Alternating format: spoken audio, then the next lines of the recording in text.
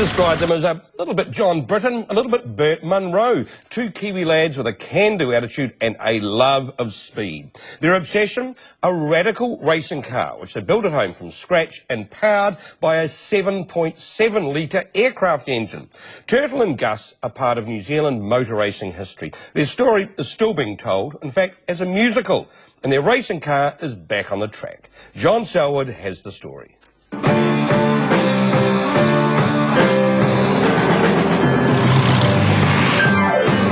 This is it, the Continental Special, the boys' pride and joy, a homemade supercar and the radical ride of its day. It's unique for any number of reasons, but it's the engineering that went into it.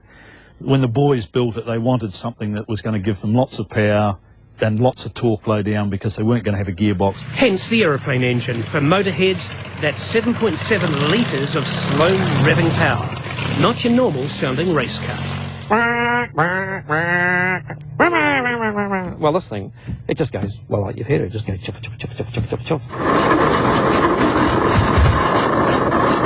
Of course, marrying a racing car with a Cessna 180 power plant is a tricky business, and the Continental Special was always somewhat temperamental.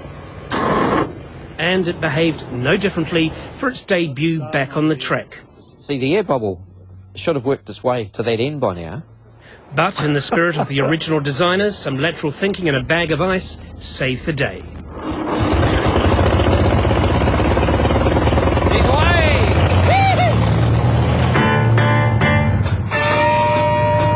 What was it like seeing the car back on the track?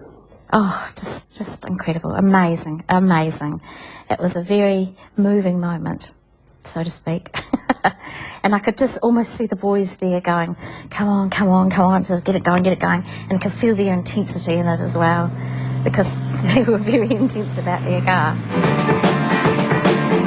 These are the boys Wendy's talking about, her brother Gary, or Gus Mullholland, and Tyrell Turtill, the man in the driver's seat. And this is a snippet of the musical that inspired.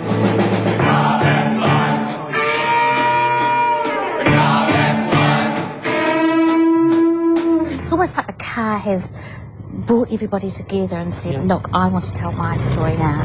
And because I'm a playwright, I decided to make it into a play and eventually into a musical. 15th of March, Ruapuna, back at the grid with Armstrong. Oh, you passed him on the straight, Tyrell. Yeah, passed him and hit a marker. It's fun. Gus and Turtle's car was a triumph of Kiwi ingenuity. Look at this one here. Oh, okay, that's technical work. Yeah, all the technical things. There's lots and lots of technical work because... you can tell it's technical because I was holding it upside down. All odds were against them, but they just kept going. They begged, stole, borrowed, everything they could do to get this car going. But the success was short-lived. The boys were both killed in a horrific car smash back in February of 1971 after a party to celebrate their achievements. Invincible. Another sibling, Tyrrell's sister Judy, sings the requiem. Invincible, but no one's invincible.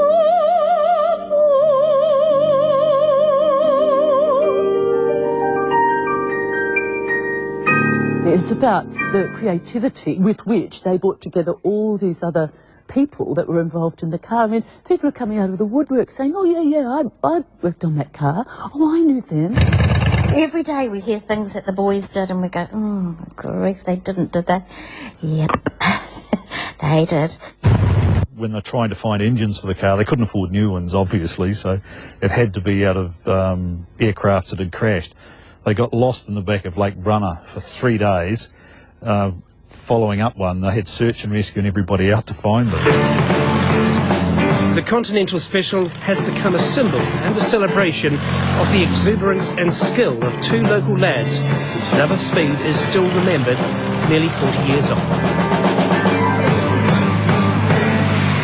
The car was apparently clocked doing 250 k's down the back straight at Ruapuna racetrack. And you'll have to be quick too to catch the musical. The Continental Special plays just 2 more nights at the Repertory Theatre in Christchurch.